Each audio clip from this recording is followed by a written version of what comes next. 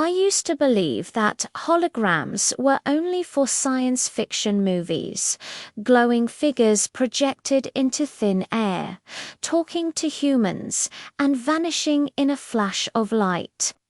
But that belief changed completely the day I met my first hologram. It wasn't on a movie screen. It was in my own living room, and it changed the way I saw reality, technology, and even human connection.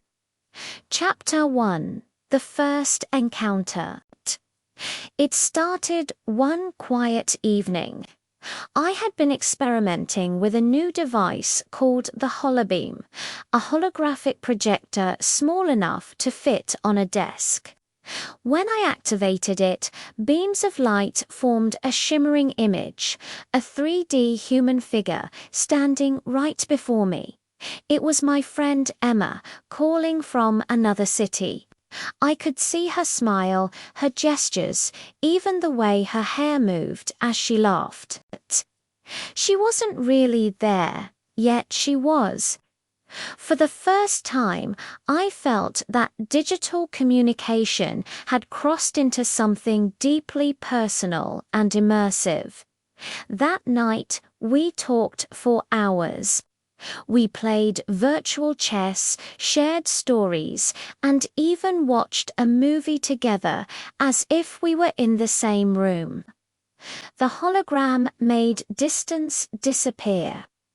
Vocabulary to Learn projector, a device that shows images or videos on a surface. Immersive, creating a feeling of being surrounded by or deeply involved in something. Gesture, a movement of the hand or body that expresses meaning. Chapter 2: The Classroom of Light. A few months later, my company introduced holograms into education. Suddenly, teachers didn't need to be physically present.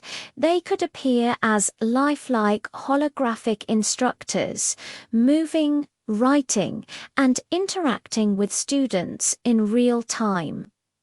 I attended one of these virtual classes. The teacher, a famous physicist, stood in front of us as a hologram, explaining complex equations using glowing light trails in the air. We could walk around his projections, view molecules in 3D, and visualize concepts that were once abstract and hard to imagine. For the first time, learning felt alive. The holographic classroom erased the line between imagination and understanding. Vocabulary to Learn. Physicist, a scientist who studies the laws of matter, energy, and motion. Equation. A mathematical statement showing the equality of two expressions, abstract, existing only in thought, not concrete or physical. Chapter 3: Memories that Never Fade. But the true power of holograms revealed itself when I used them to preserve memories. After my grandfather passed away, my family used a memory hologram to recreate his voice and gestures, using recordings and old videos. One evening, I turned on the hologram. There he was smiling, standing in his old suit, speaking softly in the same tone I remembered from childhood. "Keep learning," he said, just like he always did. I knew it wasn't really him, yet something in me felt comforted. It was as if a piece of him lived on in light and memory. That experience taught me that technology could be more than mechanical. It could be emotional. Vocabulary to Learn, preserve to keep something from being lost or forgotten. Recreate, to make something again, often from memory. Comforted, made to feel calm or less sad. Chapter 4: Holograms at work. Later, holograms became part of my professional life. Business meetings no longer required travel. Holographic conferencing made it possible to stand beside your colleagues' 3D projections, sharing charts, presentations, and gestures naturally. I even gave a presentation at an international conference without leaving my city.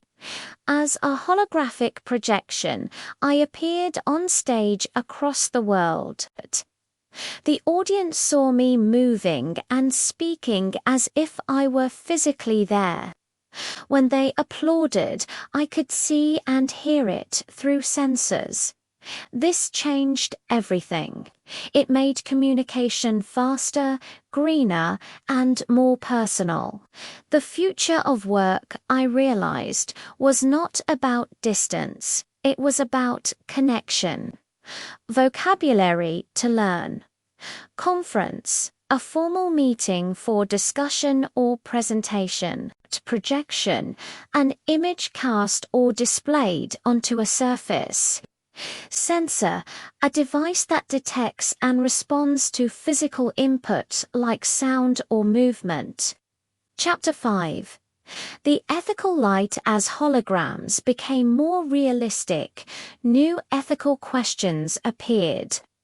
Could people misuse them to create false images or fake events? What if someone made a hologram of a person without their permission? Society began to debate these issues seriously.